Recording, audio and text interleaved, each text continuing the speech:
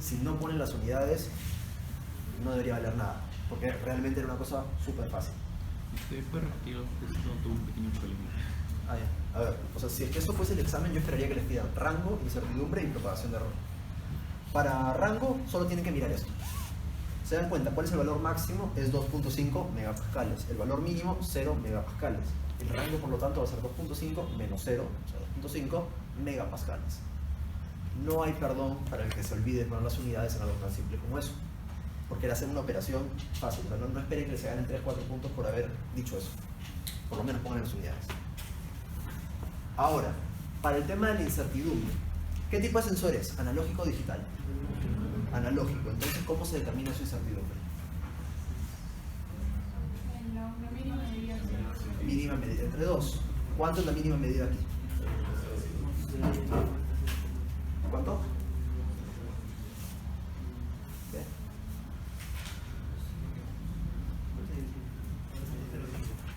0.05. Es correcto.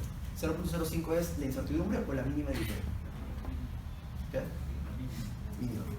Por lo tanto, la incertidumbre, ¿cuánto es? 0.025. ¿Sí? El rango era de 0 a 2.5, ¿verdad? De 0 a 2. Sí, pero o sea, rango, cuando les digan rango, no les están pidiendo que digan de dónde a dónde. Les dicen la diferencia de frente. O sea, no digan el rango es de 0 a 2.5, no, el rango es 2.5 megapascales. Esto menos eso. ¿No sería kFs por centímetro cuadrado? Ya bien. Es que eso de abajo es equivalente, probablemente, al sistema. Yo tiene las tres unidades. O sea, rango, incertidumbre y preparación. Las tres tienen unidad. Sí. A ver, entonces, esta es la incertidumbre de nuestro sensor analógico. ¿Cuánto sería la medición que ustedes reportarían para eso de abajo? ¿Cuánto está midiendo?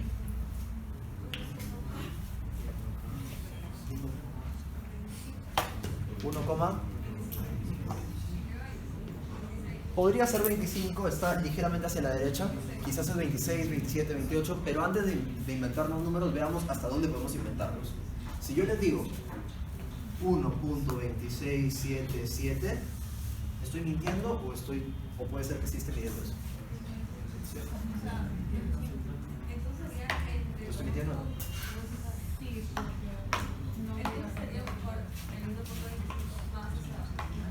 O sea, si yo digo 1.26, normal, no hay problema. Si yo digo 1.2677, estoy mintiendo. Porque te estoy afirmando algo más allá de lo que yo tengo certeza. Yo tengo certeza hasta acá, claramente. Centésimas. Hasta acá debería reportar. Si es que esto para mí es un 26, pondré 26. Si para mí es un 27, pondré 27. Nuevamente, esto depende del ojo de cada uno. Para mí eso también habría sido 1.26. Pero para alguien de repente dice 1.25. Será válido también. Mientras que no digan algo ridículo. O sea, si me dicen que eso es 1.06, no, pues eso ya está mal. ¿Sí? Que digan algo que esté por ahí y no exageren con las cifras. Si están diciendo que esto va a las centésimas, esto tiene que ir a las centésimas. Quedaría algo así, o 0.27 o 0.25. Listo, quedémonos con el 1.26 para efectos del cálculo que vamos a hacer. Unidades de megapascales. Bien, si leemos el problema, ¿qué nos dice? Esto es un manómetro en primer lugar. Así que esa presión es... ¿Qué tipo de presión? Manométrica. Esa presión, así como está, no nos sirve. Nos da la presión atmosférica. Nos dice que estaba marcando la presión para 2 kilomoles de aire. Si les dicen 2 kilomol de aire, pueden asumir razonablemente que eso no tiene incertidumbre. Porque no les están diciendo que se midió que eran 2 kilomoles. Les están diciendo son 2 kilomoles. De alguna forma u otra, ese número es exacto. La temperatura del gas es 13.7 Kelvin y eso fue medido con una termocupla digital. Así que vamos poniendo ese dato también. La temperatura, ¿de cuánto sería? 13.7 más menos incertidumbre. 0.1 Kelvin. Tienen que darse cuenta de que no tienen que darles el dato, o sea, no tenemos que decirles la incertidumbre es tal para que hagan el cálculo. Ustedes pueden ver el sensor y decirlo. pueden ver el sensor y decirlo, o esta información termocupla digital les está diciendo cuánto es esa incertidumbre. Si esto va hasta las décimas, esto también. Y es 1, siempre es 1. Listo, tenemos ya entonces la temperatura y la presión. Tenemos el valor de la constante de gases de los gases ideales. Sabemos que eso no tiene incertidumbre, el número de moles tampoco tiene incertidumbre y la presión atmosférica tampoco tiene incertidumbre. Queremos hallar el volumen. ¿Cómo hallaríamos el volumen? ¿Qué operación hay que hacer? Ecuación de estado. Ya despejado nos quedaría Eso es ley ¿en de qué gas. unidades? Eso es ley de gas ideal. Sí. Queremos que esto bueno, creo que no lo dice, pero asumamos que es en metros cúbicos. Si esto queremos que esté en metros cúbicos y esto que es 8.314, porque están diciendo, la temperatura debe estar en Kelvin, el número de esto debe estar en moles o kilomoles, kilomoles, y la presión debe estar en kilopascales. Así como está, esto no me sirve directamente, esto sí. ¿Qué hay que hacer? Multiplicar por 1000. ¿Esto cómo me queda entonces? 1260. ¿Y esto? 25. Y esto se convierte en kilopascales. Sigue siendo presión manométrica. Tenemos que sumarle esto. Si yo quiero sumar eso de ahí... Lo he leído de frente de la foto que se aparece. Sí. Esto ha salido de la foto. Por eso, este es el único valor que es un poquito ambiguo. Podría depender del observador. ¿Cómo hago esa suma? No sería 1.25. ¿Cómo puedes asegurarme que es 1.26? Nuevamente, o sea, tú puedes decir que es cualquier número entre 1.25 y 1.28 más o menos. 1.27, para no exagerar tanto. Es un poco a lo. ¿Sí?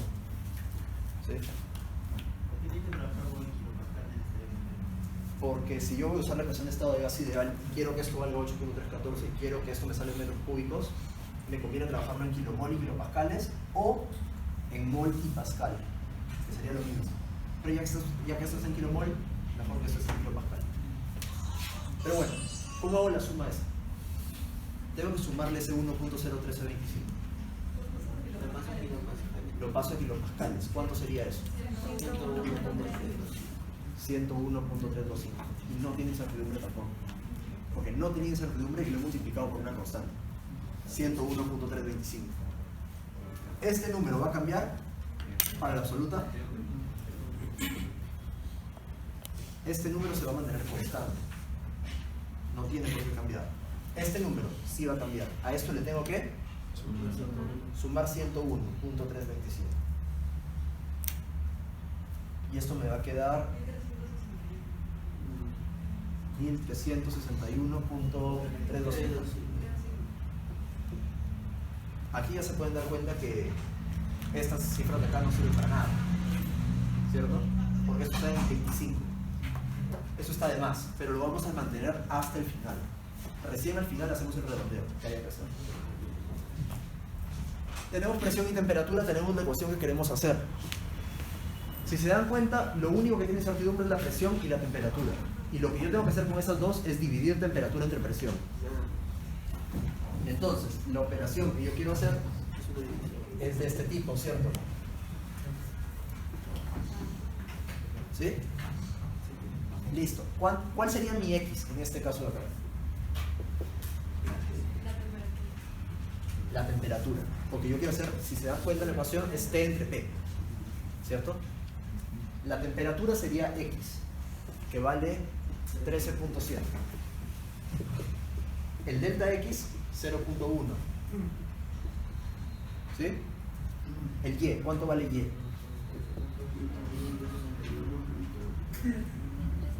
$1,361.325.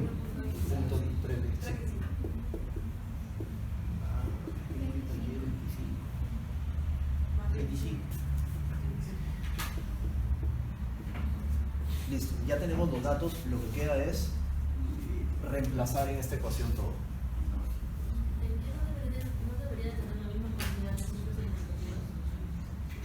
Sí, si fuese tu respuesta final. Pero ese análisis lo hacemos en la última etapa. Porque si hacemos ese redondeo en cada etapa, lo que vamos a hacer es meter error. Estamos propagando más error del necesario. ¿Alguien? Dígame cuánto sale esto. Por favor.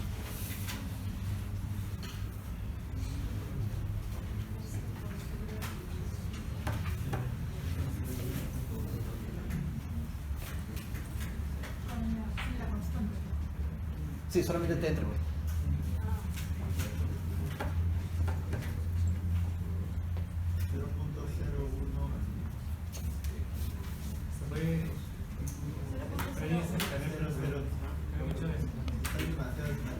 Dice que Dígame es eso. Como fracción. 006. 006. 0.01006.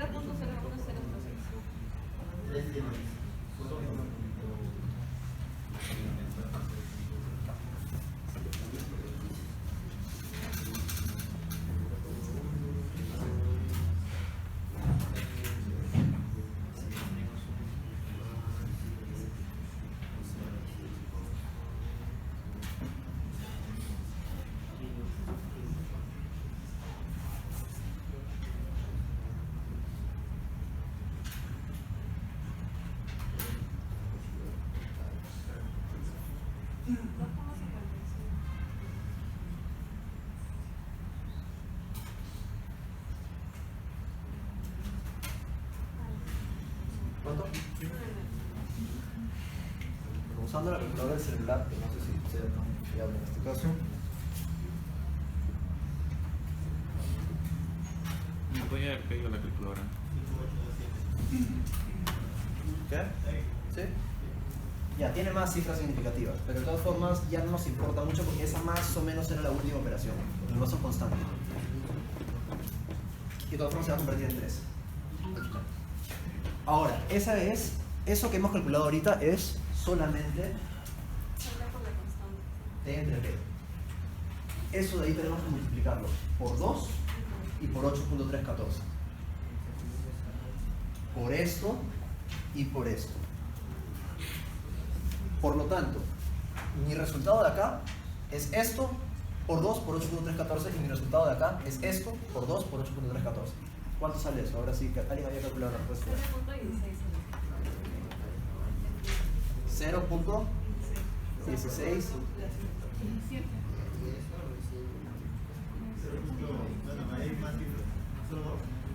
0.1602.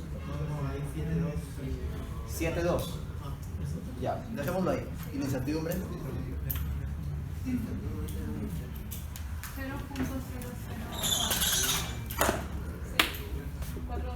0.04.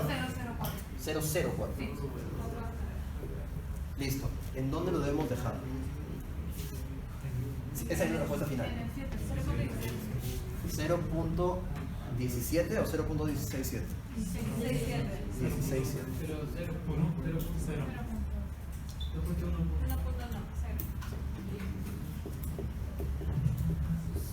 Asumo que esto acá ya lo habían redondeado ustedes.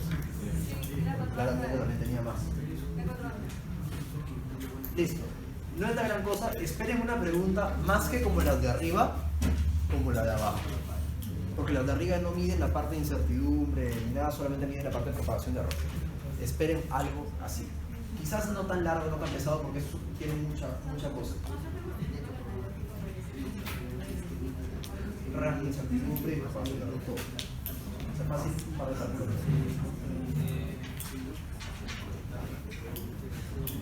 ¿Se entiende todo esto? Cierro con usted.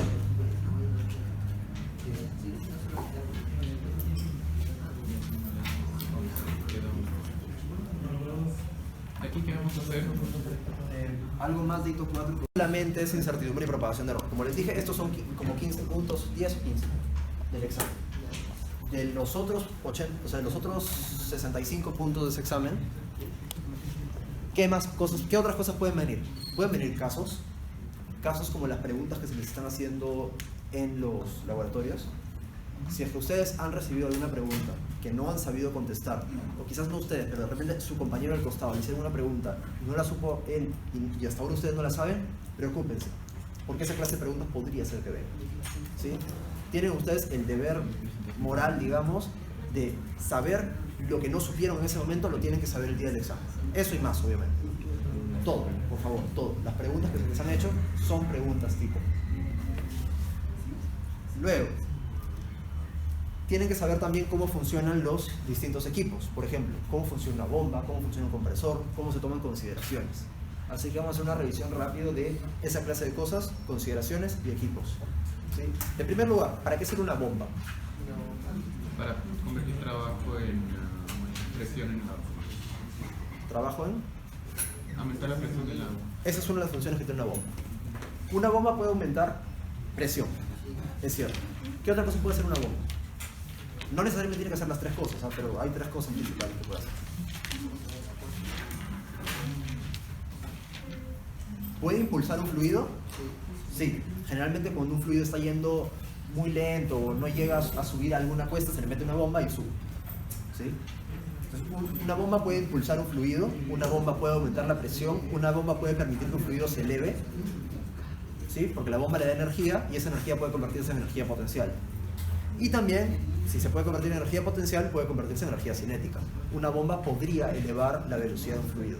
Generalmente lo que se resume todo esto, porque la función clásica de la bomba es aumentar presión e impulsar un fluido, pero puede hacer las cuatro cosas que he dicho: aumentar velocidad, aumentar presión, aumentar altura o impulsar el fluido, o la combinación de esas dos. Eso es lo que puede hacer una bomba. ¿Pero qué clase de fluido? Líquido. Exclusivamente líquido. Ustedes le meten gas a una bomba, la malogran, ¿sí? Las bombas no funcionan con gases, no funcionan con mezclas bifásicas, ¿sí? Si a ustedes les preguntan cómo puedo impulsar una mezcla bifásica, ¿qué pueden hacer? Compresor. A un compresor le meten una mezcla bifásica, lo malogran. Tenemos que usarlo a líquido antes. Quizás hay algún mecanismo, yo no lo conozco, la verdad. Lo que haría yo sería o condensarlo o evaporarlo completamente. O sea, lo condenso totalmente para que sea un líquido y sale con bomba, o lo evaporo completamente para que sea un gas y lo paso por un compresor. ¿Sí? Entonces, puede estar en estado saturado. no, hay que tener mucho cuidado con los estados en los que pongan las cosas, porque si está en saturado te corres el riesgo de que pase algo que no deba pasar y que se empiecen a formar. Si estaba como líquido saturado, de repente empieza a convertirse un poco en vapor y malogras tu bomba. O si estaba como vapor saturado, de repente pasa algo y se convierte un poquito en mezcla y te malogra el compresor. Puede ocurrir, porque las cosas fallan de esa forma. Por ejemplo, que tú estés asumiendo que te va a llegar como vapor saturado perfecto para meterlo en tu compresor y de pronto ocurre una pequeña caída de temperatura y se te pasa a mezcla o a líquido, quién sabe. Eso es una cosa. Entonces, esas son las bombas. Los compresores lo que hacen es en esencia lo mismo que hacen las bombas, pero para gases. El compresor te eleva presión, velocidad, puede elevarte un gas, aunque eso es un poquito más inútil porque los gases se elevan solos, generalmente. Depende.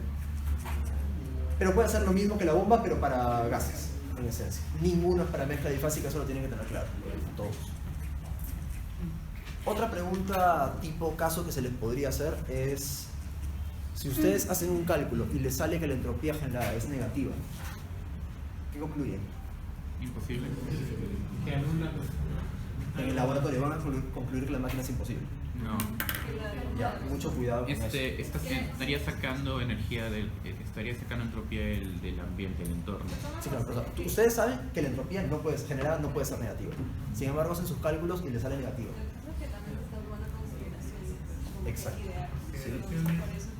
Entonces, si alguien viene y me presenta en su resultado de laboratorio y me dice: ya, mi entropía general es negativa, por lo tanto la máquina de turbina gas que hemos prendido es imposible, esa persona no tiene idea de lo que está hablando. ¿Sí? Me está metiendo la teoría donde debería estar hablándome de lo que ha visto. Ha visto que la máquina funcionó y me está diciendo que no puede funcionar. Es error de la persona, del que vivió, de las consideraciones, quién sabe, es error de ellos. ¿Qué? La propagación de error. Quizás también. Sobre todo si es que la incertidumbre te sale menos 0.00001, probablemente eso tenga que ver con propagación de error. Si es que le sale menos 5 consideraciones o que han tomado los datos fatal, que puede ser, hay algunos que lo han hecho. Bueno, eso es entropía, eso quizás no venga mucho porque está fuera de todo. Pero ya, entonces bombas, compresores, consideraciones, las clásicas, estado estacionario, ¿qué significa eso? Se mantienen constantes en el espacio. Tiempo, ¿sí? Si alguien viene y dice: en el espacio nuestra persona está mal. Sí pueden variar en el espacio, no hay ningún problema con eso. Lo que no varían es, si yo fijo el lugar, en el tiempo no cambian.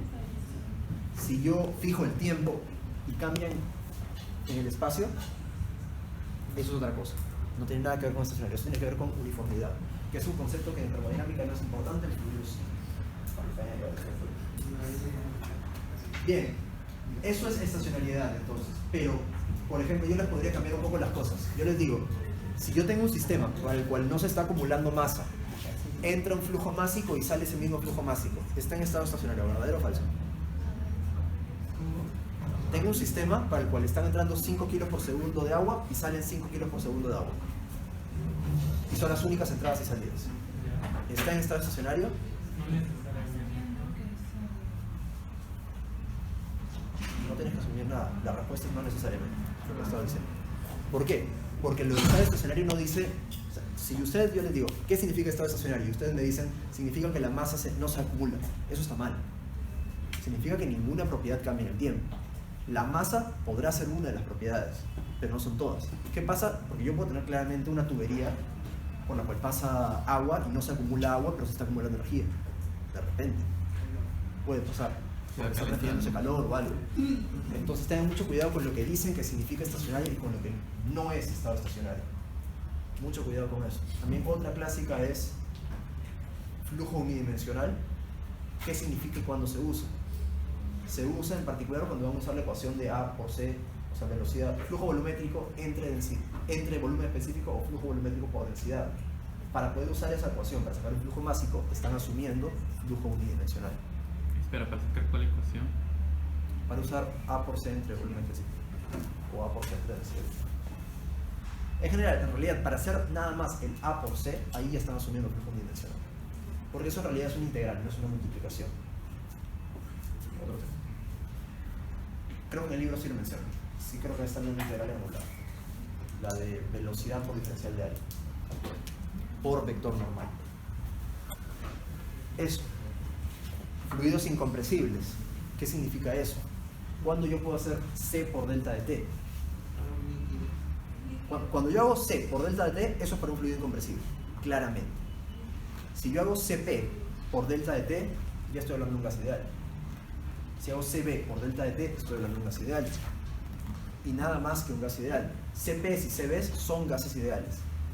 Cs, fluidos incompresibles. Cualquier cosa en el medio no es tan adecuado usar eso. ¿Sí? O sea, en gases ideales ustedes saben que las propiedades solo dependen de la temperatura. O sea, la energía interna, la entropía. Solo dependen de la temperatura. En fluidos incompresibles solo dependen de la temperatura de nuevo. En los demás casos dependen de temperatura y presión o de alguna otra propiedad más. Quizás dependen mucho de la presión o dependen poco de la presión. Va a depender. Esa clase de cosas las tienen que saber. El ciclo pasado había preguntas de tipo así.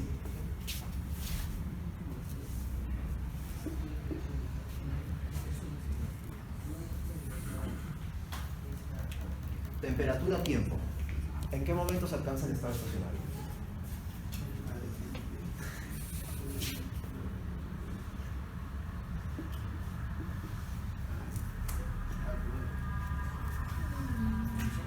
¿Entre qué y qué?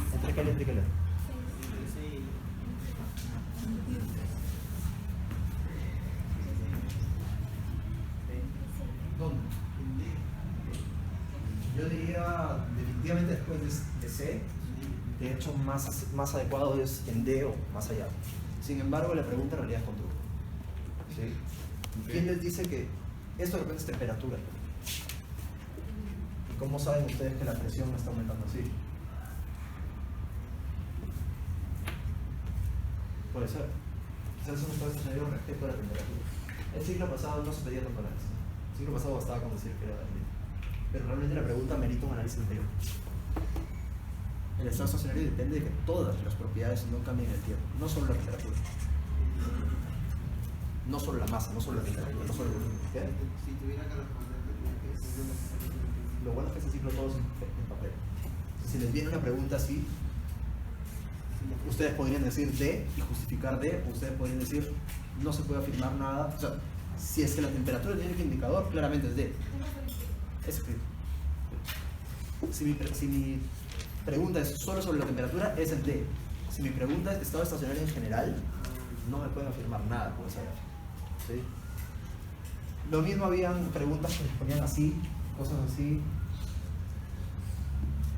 Ya, eso es análisis de gráficos, ustedes lo pueden ver. No es la gran cosa. Ustedes se dan cuenta que cuando las cosas ya no están cambiando con el tiempo, o están cambiando muy poco, ya es un estado estacionario. Y lo que no es estacionario es... ¿Qué? O sea, o se puede considerar como estacionario. Se puede aproximar a un estado estacionario. Si ustedes, por ejemplo, agarran y prenden una máquina y la analizan acá, eso no debería aplicar la consideración de estacionalidad, porque eso no es un estado estacionario, es un estado súper transitorio. Acaban de prender la máquina, se está estabilizando. Eso sí, hay máquinas, la turbina se estabiliza así, rápido. Las demás máquinas no necesariamente. La de aire acondicionado también es relativamente rápido, será algo así. La de refrigeración son 6 horas para alcanzar el estado estacionario. En otras palabras, nadie ha analizado el estado estacionario realmente. En esta.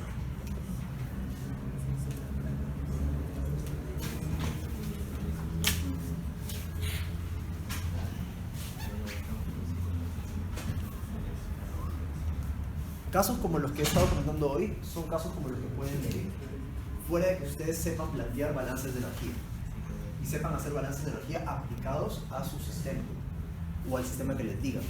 Y sobre todo, tienen que sacarse de la cabeza la idea de que todos sus balances de energía tienen que tener números. Podrían ser en variables. Y es más, yo les puedo hacer más interesante la pregunta. Yo te puedo decir, analízate esta computadora, analiza cuánto calor se pierde. ¿Qué tienes que hacer entonces? Hacer dibujar tu sistema. Dibuja su sistema, ¿qué más? Hacer el balance, pero con Consideraciones variables, de balance. consideraciones. Propones tu balance en variables, ¿qué más? O sea, yo te doy la misión. Hay el calor transferido en esa computadora. Despejas dependiendo cómo tienes tu sistema. No te voy a dar ningún dato de la No, pero computadora. cuando yo despejo, por ejemplo, dependiendo Ya, cómo esté despejas tu sistema. variable, la que quieres buscar. Sí, o sea, eso.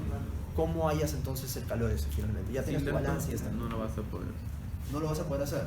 Sin datos, el valor exacto no. La pero pregunta es, ¿cómo mido el calor? ¿Qué?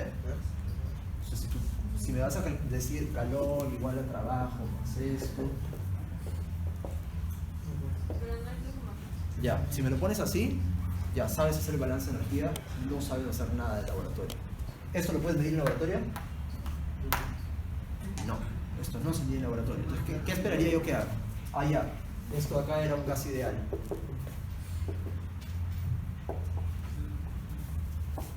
¿Esto lo puedes medir en laboratorio? ¿Esto lo puedes sacar de tablas? ¿Esto? Acá hay un problema, ¿no? Bueno, depende de la máquina. Si son turbinas, eso sí lo pueden medir para el propano.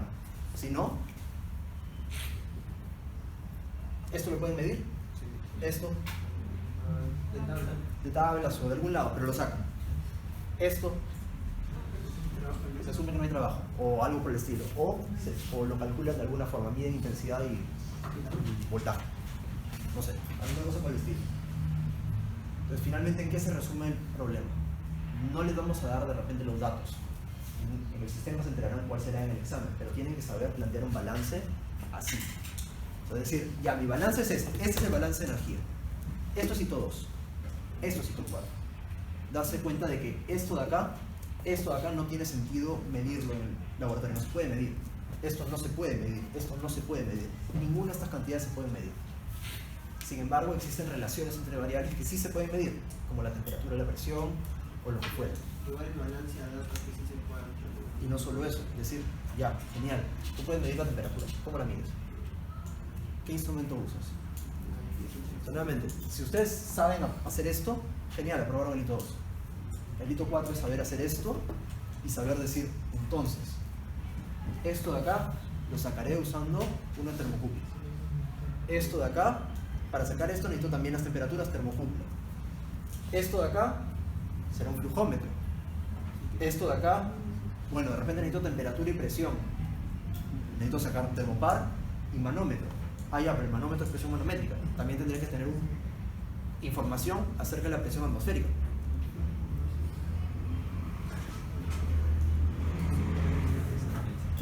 O sea, ustedes diseñar su experimento para hallar lo que les están pidiendo. Quiero sacar eso, ¿cómo lo saco? ¿Qué cosas mido? ¿Qué cosas hago? Todo. Obviamente con las consideraciones, porque acá se han aplicado consideraciones. Acá hay una consideración, flujo unidimensional. Acá hay gas ideal. Si no han puesto las consideraciones, no pueden pasar de arriba a la segunda línea. ¿Se entiende? Esa clase de cosas tienen que estar listos para hacer. ¿En qué sistema? No sé. Todavía no sé eso, si será específico una máquina o será genérico, pero algo así vamos a tener que hacer. Proponer un plan experimental, porque de hecho, eso es algo que ustedes han tenido que hacer. O lo pensaron ustedes, o los ayudamos nosotros, o algo. Pero a todos los grupos se les ha exigido que digan. Siempre era, ¿qué quieres hacer? Ah, ya, quiero sacar el calor. ¿Cómo lo vas a hacer? Un balance de energía. Ya, ¿qué cosas tienes que hacer? Plantea tu ecuación. Ya, y ahí les decíamos, ustedes no pueden medir esto. ¿Cómo lo van a sacar? Ah, ya, uso mis tablas, pero ¿qué necesitas para meterte en las tablas? Temperatura y presión. ¿Seguro que necesitan la presión? Quizás sí, quizás no. Si era gas ideal, la presión está por las puras. También, obviamente, si ustedes, parte de la pregunta definitivamente va a ser que no estén diciendo, que no estén pidiendo datos de más. Si ustedes tienen un fluido incompresible y dicen, ah, ya, también voy a medir la presión de ese fluido incompresible, están perdiendo plata, están gastando un instrumento que no necesitaban. Con o sin ese instrumento iban a tener el mismo resultado, por las puras.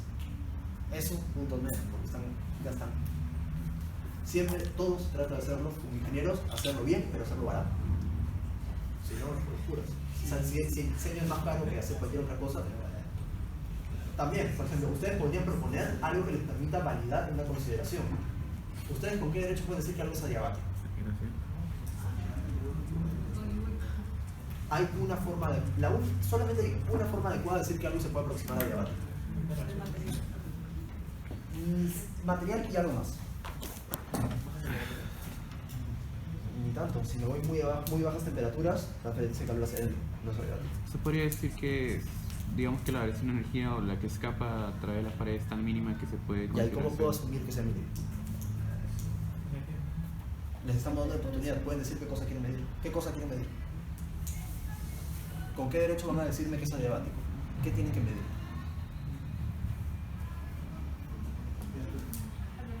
¿Temperatura de quiénes? Ya ver. Tengo acá mi refrigerante 134, lo que fuera, o mi propano, lo que sea. Esto está a 70 grados. El ambiente está a alguna temperatura. ¿Puedo asumir que es adiabático? ¿Seguro que no puedo asumirlo? ¿Qué pasa si la temperatura en la superficie es 20? Y esto es 20. ¿Puede pasar eso? Sí puede pasar. Quizás no 20, pero digamos 21. Se aproxima a ser adiabático. ¿Cómo puede haber pasado eso? De repente está muy bien recubierto, como estaba diciendo. El material del entorno, o sea, del recubrimiento. La máquina de refrigeración está súper recubierta por todos lados. Si ustedes ven el evaporador está a menos 10 grados y lo tocan y está a temperatura ambiente, por afuera. Adentro está a menos 10. Entonces, ¿qué pueden hacer? ¿Qué es lo que les importa? ¿Les importa la temperatura de adentro? Entonces, ¿qué pueden hacer para saber si es adiabático o no? Si se aproxima. Medir la del ambiente y la de acá. ¿Cómo la miden? ¿Con la mano? Sí se puede. Con la mano sí se puede. Pero la mano les puede mentir. Sí, claro. Pero con tal que sea algo súper cercano. Ya por lo que no. Con la mano. Claro, Es que hay un tema. Si tú tocas ahorita, por ejemplo, tu mesa o tu silla, están a la misma. Si tocas la silla de adelante y tu mesa, están a la misma temperatura, pero no se siente como si estuvieran a la misma temperatura. Por la transferencia de calor que permites. En una fluye más calor porque el material es más conductor. Así que la mano les puede mentir, porque la sensación de frío o caliente en realidad es la sensación de cuánto calor estás transfiriendo. Para eso lo que puedes usar es, quizás lo han visto alguna vez, los pirómetros, que son como unas pistolitas que tienen un puntero láser, que apuntas a esto y te dice 25 grados. O más fácil, pones una termopar, ¿qué?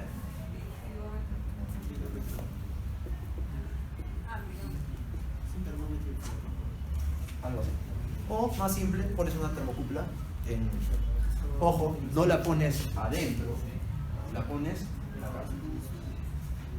Eso sí, si tu temperatura de adentro ya sabes que está a 20 grados, entonces la de afuera probablemente también. Pero si sabes que la de adentro está a 70, ten cuidado, no vayas a decir definitivamente no es adiabático. Puede ser que sí, si es que está bien recubierto. Todo expliquen cómo, justifiquen sus consideraciones. No solo es decirlas por decir, sino justificarlas, porque es válido lo que están diciendo.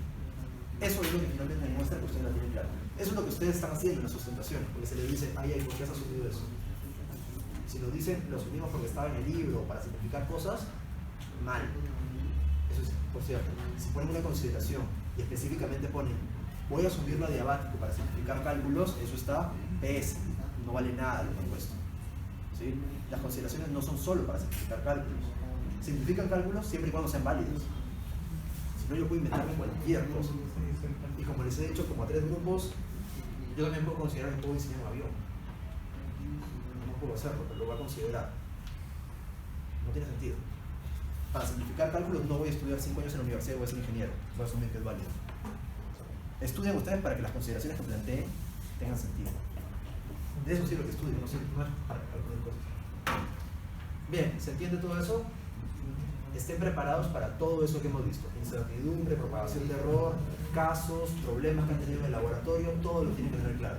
Ahí va a ser bien fácil darse cuenta de quién no ha hecho las cosas en el laboratorio, porque el plan experimental no es tan simple de hacer si es que no lo has hecho antes, o si no tienes una noción más o menos de cómo se debe hacer. ¿Alguna consulta sobre esto?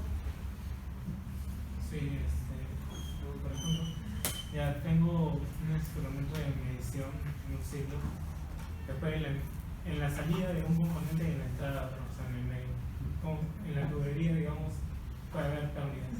¿Cómo puedo argumentar de que la salida es tiene las mismas propiedades que la entrada y la otra?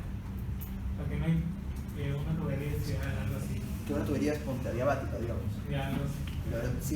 Si la pregunta es cómo puedo asumir que es adiabático, mira la temperatura por fuera. Si la pregunta es cómo puedo asumir que no hay pérdidas de presión, porque esa es una consideración que se aplica siempre en los intercambiadores de calor. Dice las pérdidas de presión son despreciables. Eso no es cierto.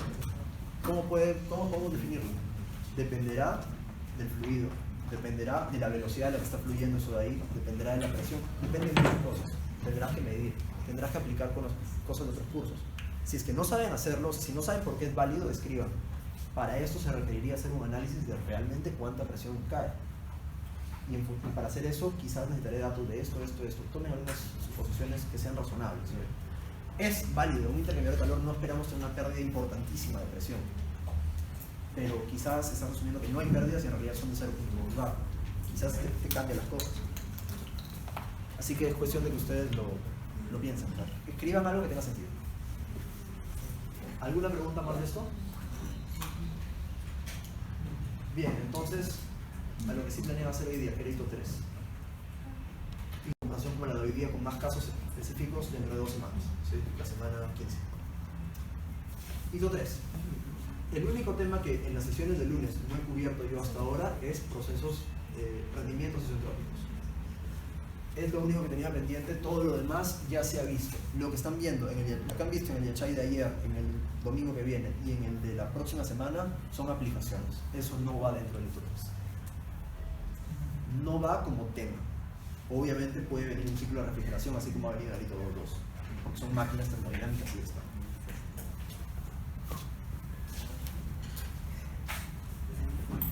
En esencia, lo que no se les va a decir es, nombra los 4 procesos del ciclo de Joule-Brayton, eso no se les va a pedir. Pero sí se les puede decir, acá hay un ciclo de Joule-Brayton, tienen estas propiedades, determínate la entropía generada en este componente y te dan los datos necesarios. ¿No tendrás análisis? Sí, análisis, o sea, nuevamente, no tienen que conocer el ciclo como tal, solamente tienen que saber analizar todos los temas que han visto en el curso. El hito 3 es un hito bastante integral, comprende todo. No, el 3. 4 también. 4 no tiene hito 3, no tiene mucho. Pero el hito 3 va a venir con temas de hito 1, va a venir con temas de hito 2. Así fue el primero, ¿cierto? Bien. El proceso isentrópico es un proceso bastante ideal, ¿sí? Muy difícil de lograr, pero generalmente este término de rendimiento isentrópico se aplica a casos bien particulares. específicamente se aplica a máquinas que se asume que son adiabáticas. ¿Por qué? Imaginen, si yo tengo una bomba o un compresor o lo que fuera, digamos, un compresor. Tengo un compresor, tengo su temperatura, su presión acá, su temperatura y su presión acá. Yo puedo asumir que ese compresor o esa bomba son adiabáticas. Realmente. Según hito 4, no. Según hito 3, consideraciones. Sí se puede asumir.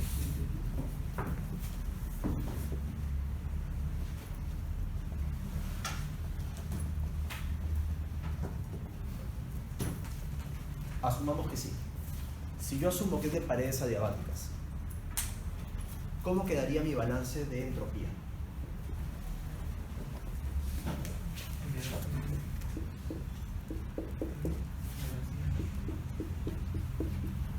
Adiabático, ¿cierto?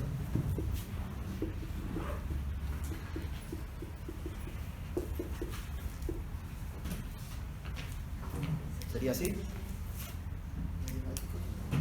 ¿Qué? Si es adiabático, sí. Si es estacionario, también. Si es isotrópico, también. ¿Cuánto me sale esto? 0. Entonces, esa es la razón por la cual en primer lugar se analizan los rendimientos isotrópicos para dispositivos de paredes adiabáticas. Jamás van a haber rendimientos isotrópicos de un intercambiador de calor. Es ideal. Justamente es compararlo con un caso ideal. Si yo asumo que es isotrópico, mi generación de entropía es 0, mi proceso es internamente reversible. Genial. Eso no es cierto. ¿Sí? Pero ese es mi máximo hipotético. Entonces, ¿qué es lo que yo voy a hacer? Voy a comparar lo de verdad con ese máximo hipotético. Voy a comparar mi caso en el que sí tengo generación de entropía versus el caso en el que, por definición, no hay. Este es el caso isentrópico, estacionario y adiabático. ¿Sí? Voy a comparar eso, mi escenario, con ese caso. Entonces, ¿qué es lo que tengo que hacer? En mi caso real, esto sí va a ser 0, porque esa consideración aplica. Esto también va a seguir siendo 0, porque esa consideración aplica. Esta no se va a ir a 0, porque no va a ser isentrópico. Dista de esa hipótesis.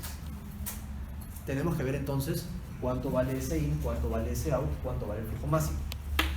Y en función de eso determinaremos ese rendimiento isentrópico. Por eso era el S1 menos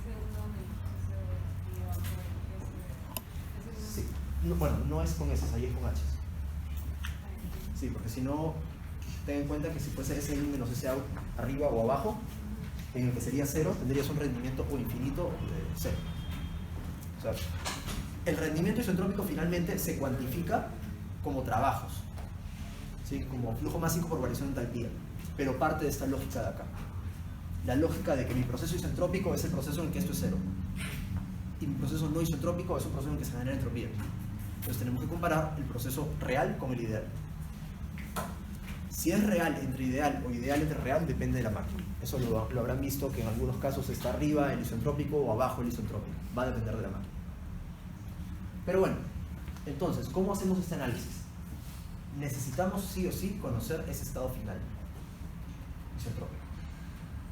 Entonces vamos a definir algunas cosas.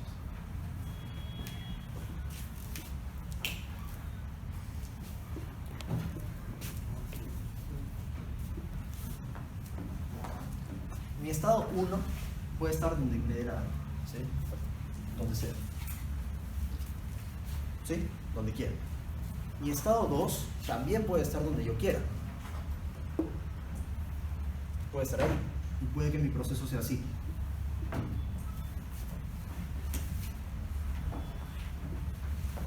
Es diferente T y P, así que podría estar en otra posición.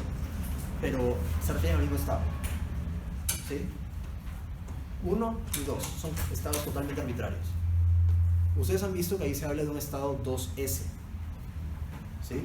Ese estado 2S tiene la peculiaridad de tener la misma presión que el estado 2 original y la misma entropía específica que el estado 1. ¿Sí? Se ve más fácil en este diagrama de aquí. Mi estado 2S va a estar a la misma presión que el 2. O sea, esta línea. Y va a tener la misma entropía.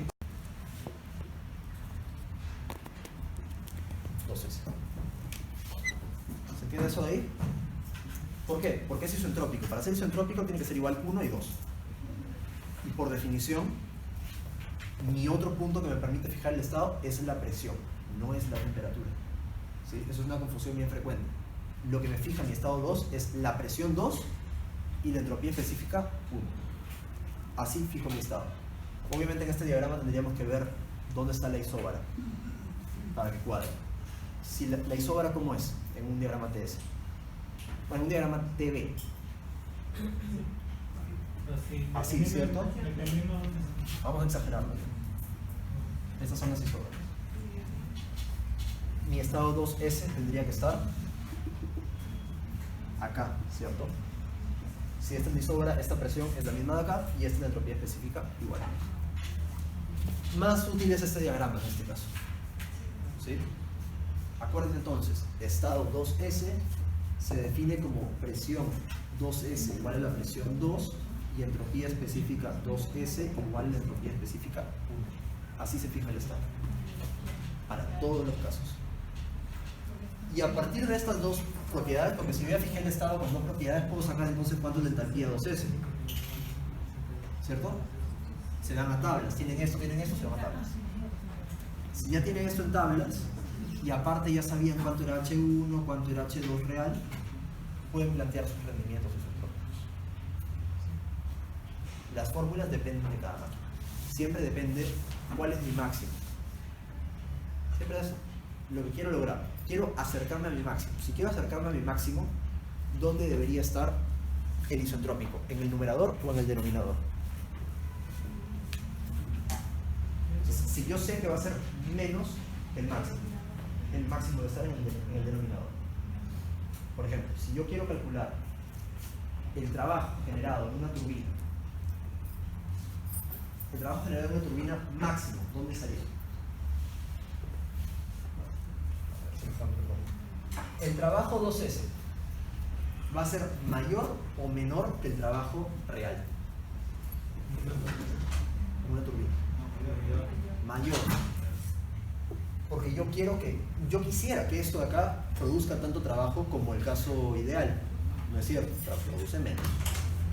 Por lo tanto, lo lógico sería, si yo planteo mi eficiencia isentrópica, que sea esto entre esto, ¿cierto? Para una turbina. Después chequense bien las fórmulas del libro. Me parece que está bien, pero no me he rayado ahora. Eso allá sí está bien. Esta parte que son muchas fórmulas distintas, quizás la veo como otra cosa. Pero para turbinas sería algo así. Siempre es lo que... mi máximo ideal y cómo me estoy acercando. Si quiero llegar a ser ese máximo, va a ser lo que me sale realmente en el numerador. No sé si entiende la lógica. Siempre es... Si yo quiero tener menos, si estoy en menos del máximo y quiero acercarme al máximo, lo que es menos tiene que estar arriba. Si yo estoy por encima del máximo y quisiera tener menos, entonces el máximo debería estar arriba. Y eso es en un caso particular, que es el caso de las bombas. Pero para que sea menos que uno. Porque en vez del máximo vamos a hablar del mínimo. El trabajo isentrópico a una bomba sería el trabajo mínimo que yo necesitaría meterle. ¿Se dan cuenta? Porque la bomba es costo. Para una bomba, entonces, bomba o compresor isentrópico sería... ¿Se entiende? ¿Cuál es mayor? ¿Este o este? El de abajo. Porque realmente yo requiero más energía de la que requiero mínimamente. Y finalmente se concluye entonces que los rendimientos son mayores o menores al 100%. Son menores. En este caso, esto era mayor que esto, sale menor. En este caso, esto es mayor que esto, sale menor. Entonces dense cuenta de que siempre cuando ustedes hablen de rendimientos isentrópicos debería ser menor a 100%. Porque estamos acercándonos al máximo o al mínimo. Acá nos acercamos al máximo trabajo que puedo extraer, acá nos acercamos al mínimo trabajo que requiero meter. Son cosas totalmente distintas que sin embargo parten de la misma lógica. ¿Y este trabajo cómo se calcula? Probablemente, si es adiabático.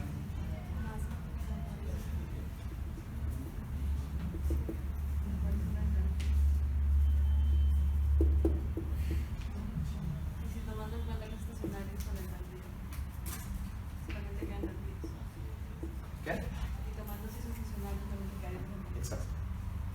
Nos importa si, o sea, realmente tenemos que hacer un balance de energía para decidir si es 1 menos 2 o 2 menos 1. ¿Qué opinan? Porque acá he puesto 1 menos 2 y he puesto 1 menos 2S. ¿Podría haber puesto 2 menos 1? Se eliminaría. O sea, siempre y cuando haga 1 menos 2 y 1 menos 2S, o 2 menos 1 y 2S menos 1, es lo mismo. El signo se elimina. Si no, no la tiene que pensar tanto, digamos. Y es cierto, el flujo másico es irrelevante. El reloj mide horas, minutos y segundos, ¿cierto? Así que eso puede ser un poquito más difícil de ver, pero si lo vemos como segundos, nada más. Esta es la mínima variación en segundos. ¿A cuánto corresponde esa variación? De aquí a acá, por ejemplo. ¿Cuánto?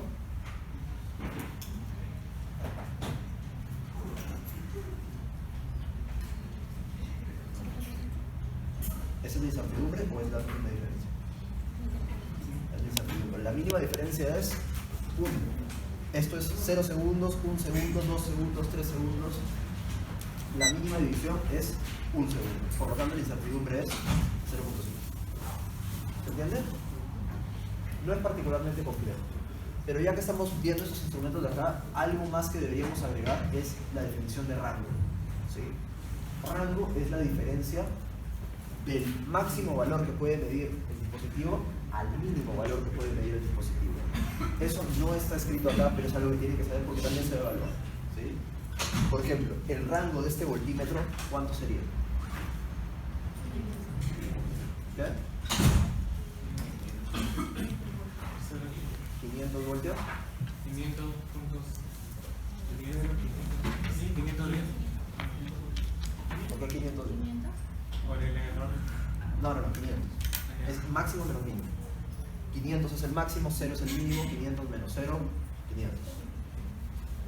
En el caso de la regla, si es una regla de 20 centímetros, el máximo valor es 20, el mínimo valor es 0, por lo tanto, rango 20 centímetros. Tengan cuidado, no vayan a creer que siempre es el máximo valor, porque la regla de 20 centímetros es 20, en este caso es 500, pero no siempre es así, porque hay instrumentos que miden, por decir algo, de 3 a 5 de repente. Puede ser así, o instrumentos que miden de menos 1 a 5, los manómetros de laboratorio. Varios de ellos son así. ¿Cuánto sería el rango de un manómetro así? 4. ¿Cuánto? 2. 4. 3 menos menos 1. ¿Sí? 1, 2, 3, 4. 4. 4 bar, probablemente. Siempre el rango tiene las mismas unidades que lo que esté midiendo el dispositivo. ¿Se entiende eso? Es importante que lo entiendan.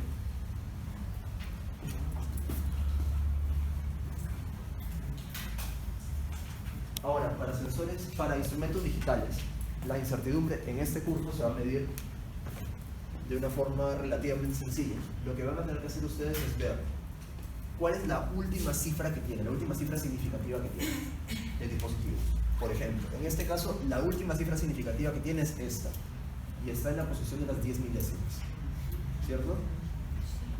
En este caso, estaría en la posición de las décimas. ¿Se dan cuenta? Y en este caso, bueno, si esto es horas y minutos, la última cifra significativa sería el entero en minutos, ¿cierto? Con horas es un poco más complicado porque no es usual, pero he querido hacerlo un poco genérico.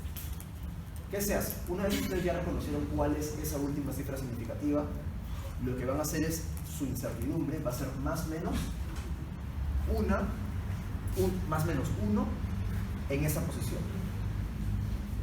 En este caso sería más menos 0.0001.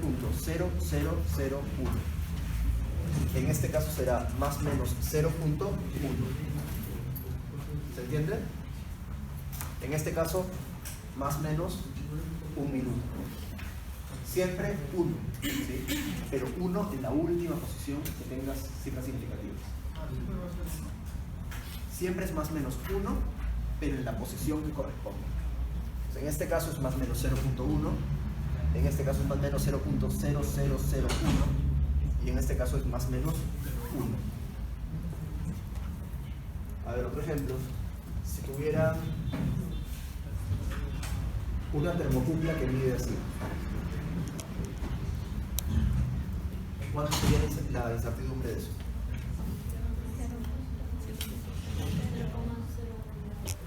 0.01 grados Celsius. ¿Sí? Todos lo tienen claro, todos se dan cuenta que la incertidumbre de este sensor, que es algo digital, sería 0.01.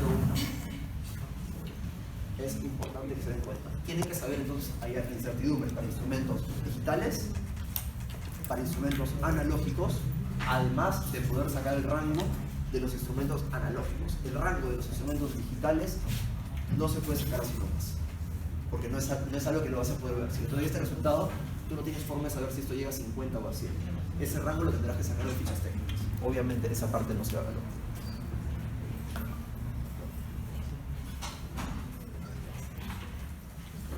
Ahora, esa es la parte relativamente sencilla. Yo les sugiero que estudien todo, porque todo puede venir. Sin embargo, es la parte más fácil de entender. Lo que viene ahora ya es un poco más tedioso, e igual lo tienen que saber hacer. Pero bueno, la propagación de error, como decía hace un rato, es una forma de cuantificar cómo el error crece, decrece, cambia o lo que fuera durante el proceso de hacer cálculo. En general, cómo se arrastra ese error que tenían al inicio. Porque si ustedes saben que el manómetro tenía una incertidumbre de más o menos 1, más o menos un bar, digamos, ¿cómo afecta eso cuando ustedes calculan la temperatura usando la ecuación de estado de gas ideal? ¿De qué forma ese más o menos 1 del manómetro me afecta a mi resultado final? No. Se les dijo, algunos lo han hecho, es muy pesado, porque hay muchos cálculos. Van a ver que para hacer un cálculo ya es bastante pesado. Pero sí se puede presentar de todas formas. Si lo han hecho, sí, bien. Solamente que sobre eso después voy a hacer un comentario o lo hago una vez. El tema es que eso de acá lo que les hace es ver cómo crece su error a partir de la incertidumbre y nada más por el cálculo que están haciendo. El tema es que ustedes no saben si aparte le están metiendo error por las consideraciones. El error de consideraciones obviamente no va a aparecer aquí, porque acá nada más está diciendo ya, estoy multiplicando mi presión con mi volumen, ¿qué pasa con eso de ahí? ¿Qué pasa con la incertidumbre de cada uno? Pero yo en ningún momento le he dicho, ya considera además que hay una incertidumbre de 2% porque están asumiendo lo adiabático, de 3% porque han dicho que es gas ideal. Esa clase de cosas no están metidas ahí. Y por lo general ese margen de error asociado a las consideraciones es mucho más importante, de mayor magnitud que el de la propagación de error.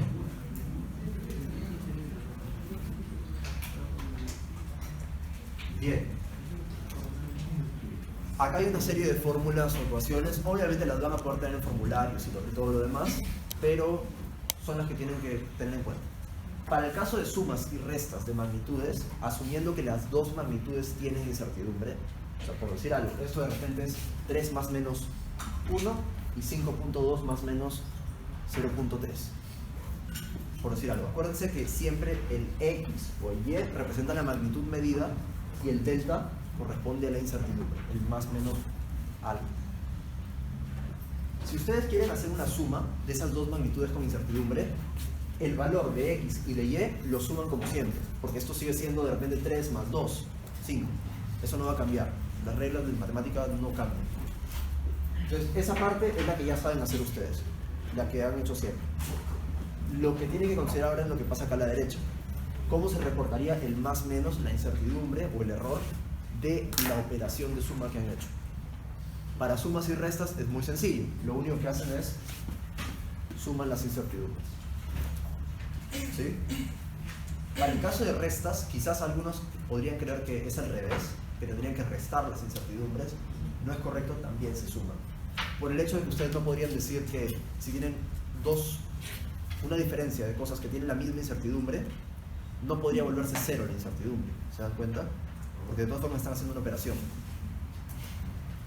Si hacen un poco de análisis se van a dar cuenta.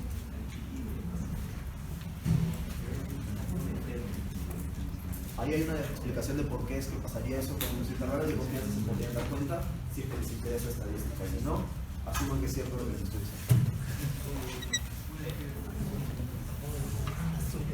Entonces,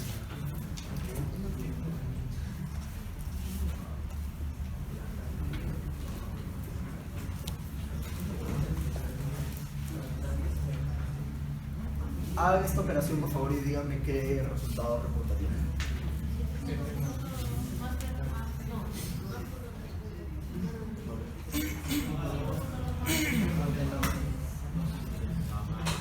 5.2, 2.3, ya. Es correcto eso de ahí, pero a esto acá hay que sumarle un detalle, ¿sí? Las incertidumbres solo deben tener una cifra significativa. En este caso, ¿cuál es la primera cifra significativa? ¿2 o 3? ¿Cuál es la cifra significativa dominante? 2. El entero es la primera cifra significativa en este caso. La décima está después. Si redondean esto entonces al entero, ¿cuánto sale? 5.2 más menos 2. Y a eso hay que sumarle un detalle más. Ustedes si dicen 5.2 más menos 2, este valor de acá ni siquiera lo debieron haber puesto. Porque están afirmándome que ustedes conocen con certeza que esto es 0.2, pero sin embargo me están diciendo que tiene un error de 2. Me están diciendo que esto podría ser 3.2 a 7.2. ¿Para qué me dijiste punto? Se redondea también. ¿Sí? ¿Tú puedes cambiar la unidad para que sea 52 más 53? ¿Cómo? O sea, no puedes cambiar la unidad para que sea, en vez de 5.1 más menos 2.3, cambias a 52 más menos 23. O sea, reemplazas un décimo. Pero eso sería cambiar la operación, o sea, cambiar la unidad. O sea, la unidad. No, o sea, si es que cambian los números, obviamente las cosas cambian. Pero el tema es, si mantenemos esta operación, el resultado sería ese. Solo un detalle, cuando ustedes propaguen error, si hacen muchos cálculos uno tras del otro, esta cosa de aquí, todo esto de redondear a la primera cifra significativa se hace al final. Si han hecho 300 cálculos, lo hacen en el último. Durante todo el proceso van arrastrando. Si la incertidumbre tiene 5 cifras significativas a la mitad del proceso, está bien. El tema es que al final su respuesta tenga solo una cifra significativa, la incertidumbre. Esto, y obviamente eso también redondeado es así. ¿Sí? ¿Y en la izquierda y en la derecha de las decimales? No, sí puede haber. Sí, ahorita vamos a... Voy a poner otro ejemplo y se va a ver. ¿Sí? ¿Ya?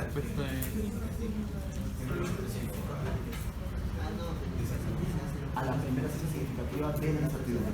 Sí, pero lo voy a cambiar para que se den cuenta que no es... Porque acá parece que siempre tenemos que llevarlo entero, pero no es así. Sí, vamos a cambiar eso.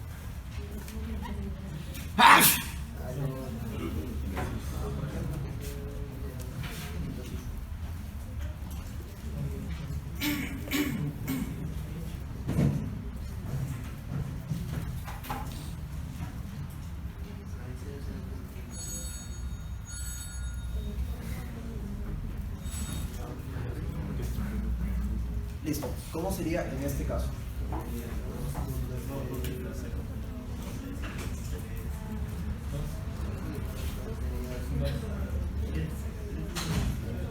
¿Eh? No, pero o sea, ¿cómo sería la respuesta a eso?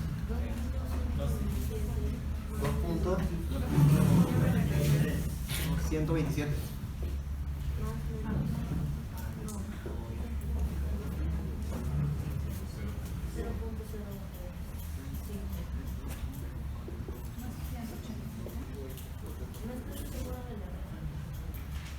Bueno, no sé. 2.187. Pero igual, esta parte, de todas formas es con calculadora y es lo que menos nos importa. Más quiero fijarme en esta parte de aquí. Detalles, esto era una resta, estos dos se han restado, sin embargo, estas dos se han sumado. ¿Sí? Acuérdense, así es como se hace. Vamos aquí para ahí. Ahora, si es que este es nuestro resultado intermedio, seguimos con eso. O sea, si es que después de esto yo lo voy a sumar con otro número, lo voy a multiplicar con otro número, nos quedamos con todo completo. Si es que es mi respuesta final, ahí aplico las reglas de redondeo que estaba comentando. La primera regla es, lo primero que tienes que fijarte no es a este lado, es a este lado de acá. Acá te debe quedar una cifra significativa. ¿Cuál sería esa cifra significativa? ¿0? ¿Más menos 0? ¿Esto es una cifra significativa? No. Esto. Entonces la primera cifra significativa es S3. Sin embargo, como tenemos que expresarlo en una cifra significativa, aplican reglas de redondeo. ¿Sí? Entonces, el resultado de ahí, ¿a dónde lo debo dejar? Esto está quedando en las centésimas. Esto me queda en centésimo. ¿Y cuánto? Disculpe. ¿Cómo es que le salió el 2.187? La incertidumbre sí, como resultado final, sí. Sí, o sea, primero se fijan acá, que me quede en una cifra significativa. Si esa última cifra significativa es la centésima, entonces esto me queda en centésimas. ¿Sí?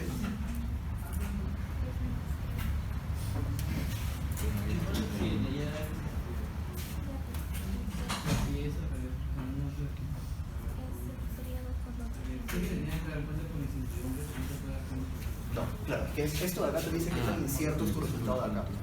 Entonces, tú miras este número y dices, ah, ya, yo no puedo reportar más allá de las centésimas. Si acá es centésima y allá está Si acá tengo, digamos, milésima y acá tengo centésima, tiene que quedar en centésima. Ahora les pregunto, ¿qué pasaría si ustedes tienen algo así?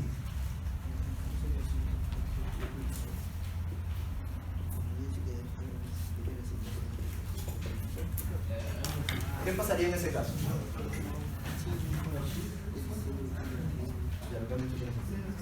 Si han hecho ese cálculo de ahí y le sale esto, su cálculo no tiene sentido. El valor de eso sería 0. 0 más menos 0.1. Probablemente ha habido un error. Este número no debería haber sido tan grande o este número no debería ser tan chico. Uno de los dos. En incertidumbre sí como resultado final. ¿Qué pasa si el ejemplo anterior es 2.999 Ya. y más o menos 0.035? O sea, lo pongo 3.000. A ver, específicamente tú dices hacerlo así, algo así. Ya, en este caso sería 0.04 igual, ¿cierto? A este lado. Debe quedar entonces en las centésimas. Si redondeo esto a las centésimas, se convierte en 0, se convierte en 0, se convierte en 3. 3. Pero no debería dejarlo como 3, debería dejar como 3.00. ¿Sí? O sea, realmente ustedes están acostumbrados a que esto de acá signifique 3. Pero cuando le pones .00 estás diciendo que tú sabes que esto de acá es 0. No tienes dudas de que eso es otra cosa, esto es 0. Y más bien tienes dudas recién de esta última cifra. ¿Sí? Claro, bueno, por el más menos de repente vuelve 2.96, pero tienes certeza hasta esta cifra de aquí. Esa es la idea del tema. ¿Se entiende hasta acá? ¿Alguna duda más de sumas y restas? Si chequean otros libros, van a ver que esta parte de acá, en otros libros, perdón, en otras fuentes, lo calculan como la raíz cuadrada de esto al cuadrado más esto al cuadrado, como si fuese Pitágoras. Acá en este curso no vamos a hacer eso. No, que eso es como para sacarle el absoluto. Algo así. Pero para efectos del curso nada más la suma. En realidad, aplicar la idea de Pitágoras es asumir una serie de hipótesis extras sobre esas incertidumbres, las cuales no son válidas asumir siempre. Esto es un poco más genérico. Ya, esto de acá es algo relativamente importante que van a verlo con frecuencia, digamos. Ustedes podrían haberles reportado una magnitud determinada como, por ejemplo, una distancia en kilómetros, ¿sí? Yo les puedo decir que algo mide 3.123 kilómetros más menos 0.002. ¿Sí? Yo les digo eso. Y les digo, dime esto acá en metros. Ya, esto clarísimo que es 3123. ¿Cierto? El más menos, ¿cuánto será? ¿Qué? 2. ¿Sí? ¿Se dan cuenta todos? O sea, siempre, ¿cuál era la cifra que estuvo en duda desde el inicio aquí?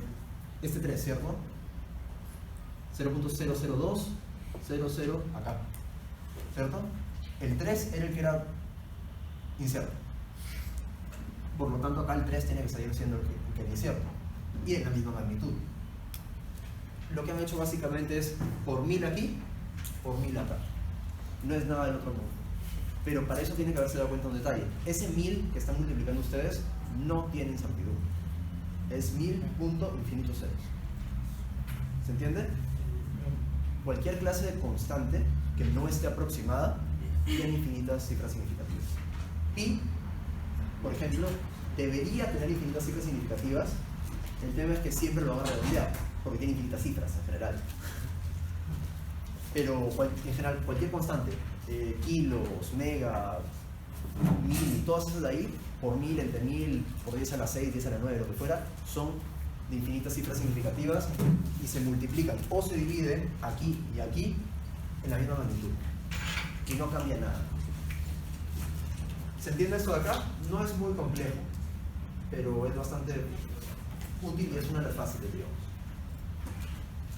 Eso sí, en valor absoluto, si la constante fuese negativa por algún motivo, tiene que estar multiplicando la incertidumbre en valor absoluto, porque de todas formas ya está con el más o menos.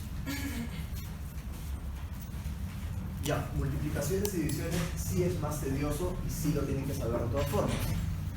En esencia hasta acá es donde tienen que saber, las demás ya son aplicaciones más específicas. Si ustedes tienen una multiplicación de una magnitud X y de una magnitud Y, siempre la parte de la izquierda del más menos es tal como ya lo saben hacer, X por Y. ¿Sí? Nada del otro mundo.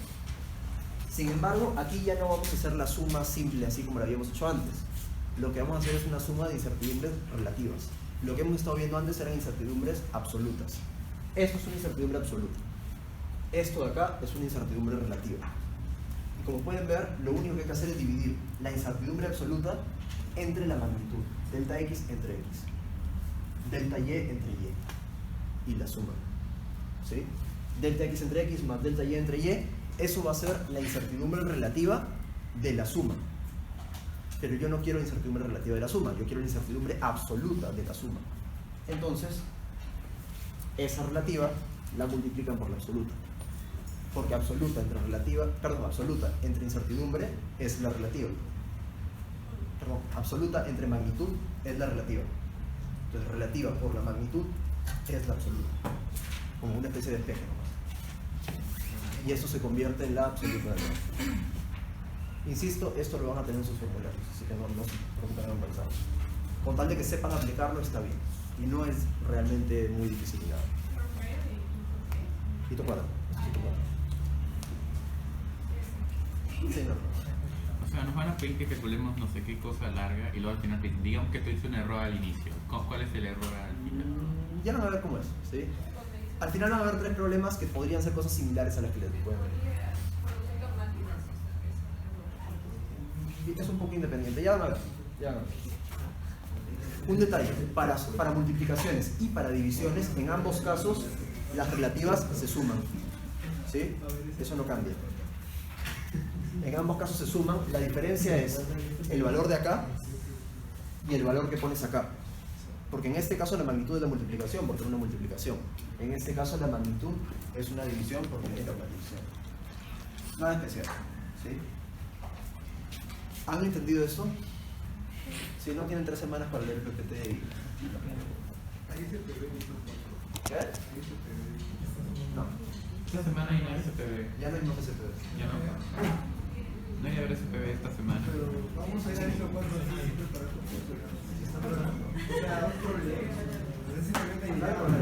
Para saber cómo hacer. así va a ser ¿Qué tipo de pregunta? No, es que el hito 4 no lo podemos preparar. Más bien ustedes van a hacer... Para ustedes va a ser sorpresa. Pero no, sí lo vamos a preparar. De aquí a la semana, en la semana 15 van a haber asesorías de nuevo sobre hito 4. Porque la próxima semana es hito 3 los que viene el hito 3. Bueno, esto es para potencias, pero las potencias realmente no son relevantes porque las potencias son multiplicaciones. Si pueden hacer una multiplicación, pueden hacer una potencia. Esto de acá en particular no vale. Esto tampoco. Esto de acá lo pusimos porque el ciclo pasado sí venían preguntas así, era muy útil.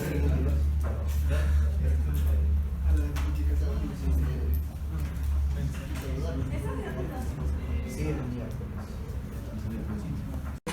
Listo. Mi recomendación es que se centren en entender la incertidumbre de sumas, restas, multiplicaciones y divisiones. ¿Qué son? ¿Por qué? Porque en termodinámica son las operaciones que hacen ustedes. Ustedes no están... Bueno, a veces hacen potencia, realmente la potencia es la multiplicación. Ustedes no hacen funciones. Esto es para funciones. No lo van a hacer.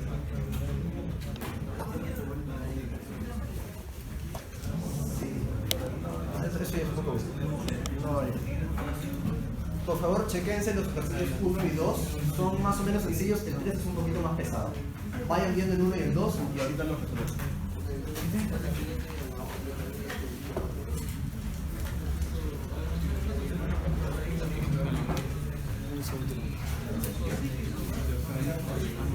Propagación de error y ¿Hoy? No, hoy vamos a ver un momento. De repente hago algún comentario de 24, pero lo voy a hacer tal como esperaría que venga en el examen, ¿ya? En primer lugar, si es que hoy día hemos visto incertidumbre, Pascal, ¿sí? Si la pregunta es tan simple,